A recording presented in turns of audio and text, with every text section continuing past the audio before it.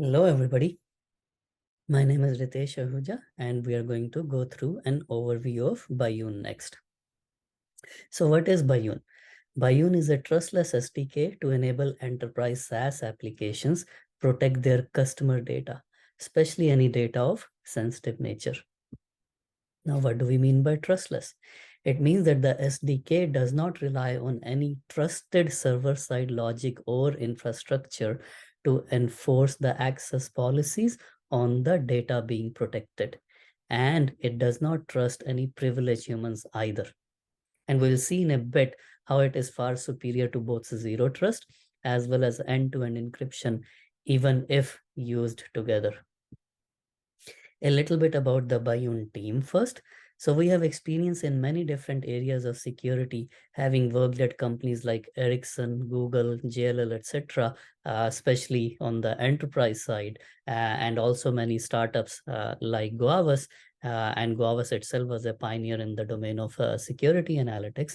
But most notable is our experience from Continental, where some of us were primary inventors of Continental's key as a service product line. Now, this is a SaaS service that enables your smartphone to work as a key for your vehicles.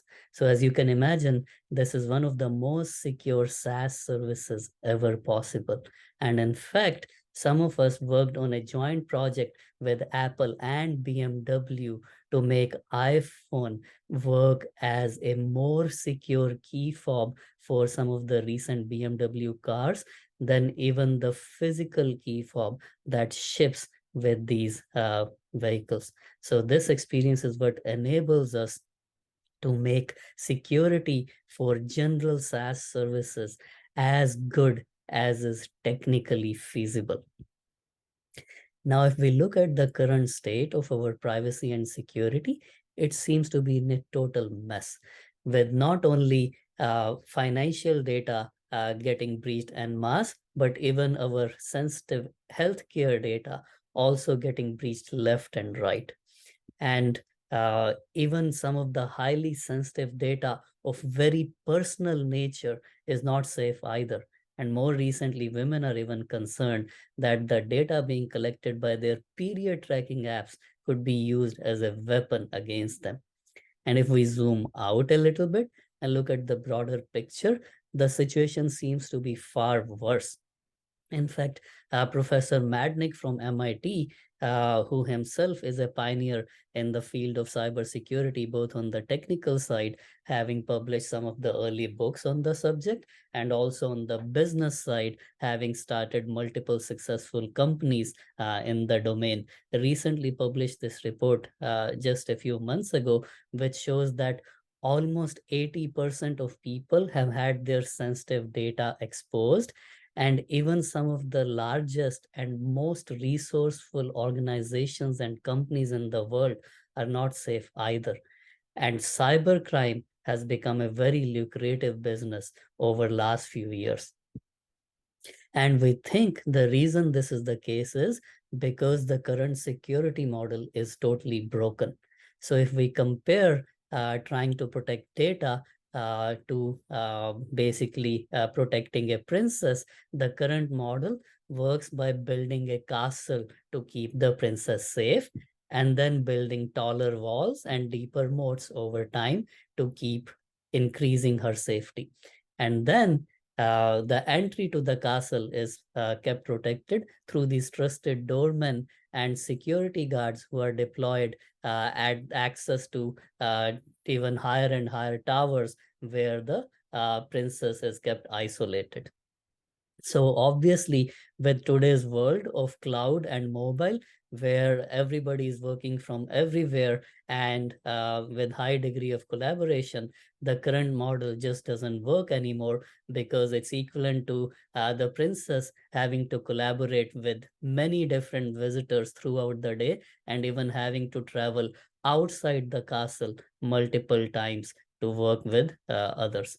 So this makes the current model of protecting boundaries totally ineffective.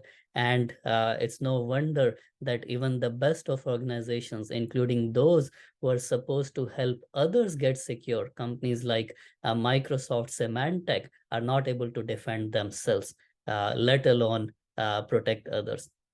So it's not a surprise that the global cost of cybercrime is expected to exceed $10 trillion a year by 2025. That's higher than the GDP of every country in the world except US and China. So it would be a much better model if we could somehow protect the princess directly rather than protecting a boundary around her. So maybe give her an armored vest so that she can roam around freely inside the castle and still stay safe, along with bodyguards, and even travel outside the castle and stay reasonably protected. And in fact, Professor Madnick himself in his report points us in the same direction. And similarly, a McKinsey report from a couple of years ago gives a hint in the same direction, more specifically for the SaaS services. And there are some solutions out there that do protect the user data rather than protecting a boundary or perimeter around the data, most notably the solutions from Apple. And in fact, the irony of the situation is, on one hand, we have these cyber criminals who have been accessing our most sensitive data in breaches like Equifax. And then on the other hand, criminals themselves can keep even their mundane data protected from even FBI using tools provided by Apple. So this irony of the situation is what actually prompted us to start Bayun. Essentially, why can't we use the same techniques that Apple uses to protect all our data from cyber criminals, hackers, and other malicious entities, etc.? So we are going to see how the current SaaS services protect our data and are highly vulnerable, and how Bayun can essentially provide a much better protection for the SaaS services. This is actually explained much easier through a demo, and we do have a separate demo video. So do take a look at that for a more detailed explanation. But here we are going to use an analogy and compare the SaaS services to a bank locker or a safety deposit box.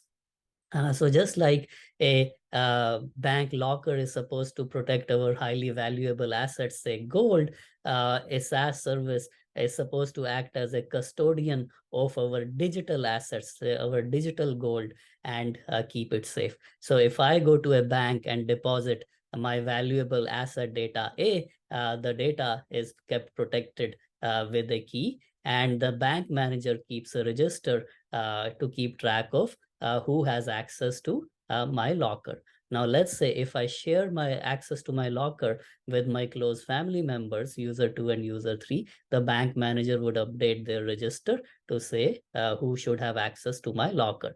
Now, let's say user 2 comes in later trying to access my locker. The bank manager actually relies on a separate ID checker service, sort of like a trusted doorman to check the ID of user 2. And if user 2 is indeed genuine, the bank manager checks if they indeed are allowed to access my locker. If so, they are given the key to my locker. Similarly, every user has their own lockers with their own keys and corresponding entries in the bank manager's register. Now, as we can imagine, relying on a trusted bank manager to keep all the locker keys, as well as a separate trusted doorman or ID checker service to check everybody's IDs, make the whole system highly vulnerable. There is a reason why real physical banks don't use this kind of model with our real physical assets.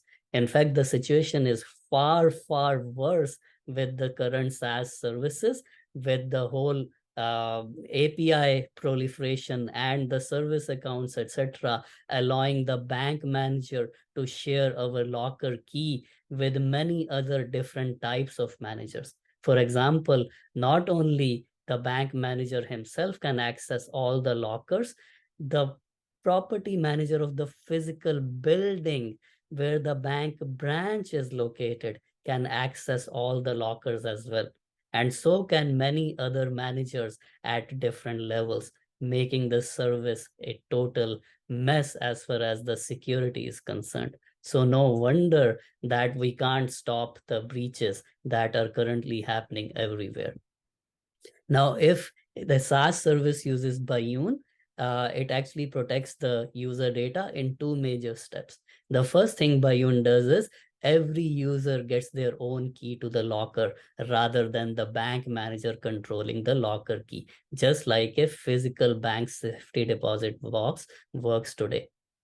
So with every user having their own key to the locker, there is no reliance on a trusted bank manager on a separate ID checker.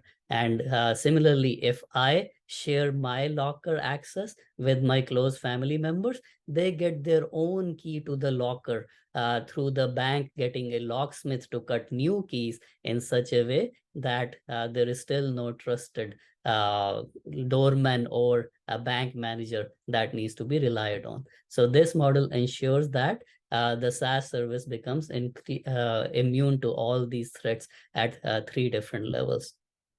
So again, this is explained much better through a demo, but essentially what we have done is by using Bayun, instead of protecting a boundary around the data, something where the whole cybersecurity model started with initially with a trusted firewall protecting a network boundary.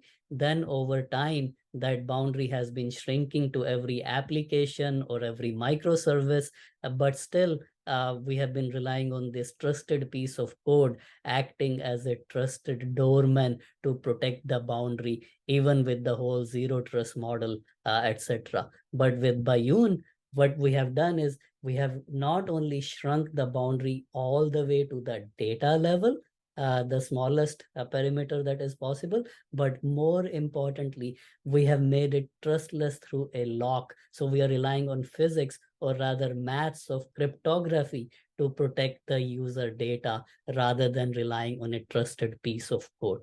And that's the real breakthrough which makes Bayun's service far more secure than even the more recent advancements in so-called end-to-end encryption, including, for example, Zoom, which acquired a company called Keybase to provide secure and trustless authorization.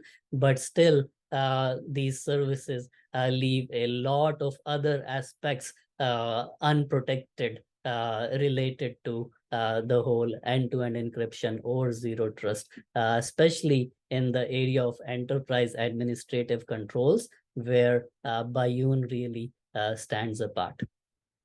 So by using Bayun, the SaaS service is able to provide the best security and convenience to their users in such a way that even if the entire server-side infrastructure as well as communication infrastructure of the application like SMS, email infrastructure, etc., has been taken over by a malicious entity like a rogue state, even then the user data stays protected, including full enterprise controls if it's the company that owns the data. So this is highly useful for every SaaS application, but especially so for enterprise applications which have any data of a sensitive nature of their customers. And it doesn't have to be used for all the data. It can be used for some data in the beginning, and then over time, more and more data can be protected. So if we look at all the different options for a SaaS provider to protect their customer data, their only other viable option is to build it themselves, which is not only expensive and time consuming, but it is highly distracting from your real business. For example, Zoom itself spent close to $100 million trying to acquire Keybase and other things. trying to essentially build in the enterprise level end-to-end encryption. But even Dropbox acquired a company called Boxcryptor, and similarly, some of the other companies in the space have made acquisitions and spent multiple years and at least tens of millions of dollars, if not more, on trying to get a subset of these capabilities. And yet they do not have the same level of enterprise controls with full trustless end-to-end encryption that we have.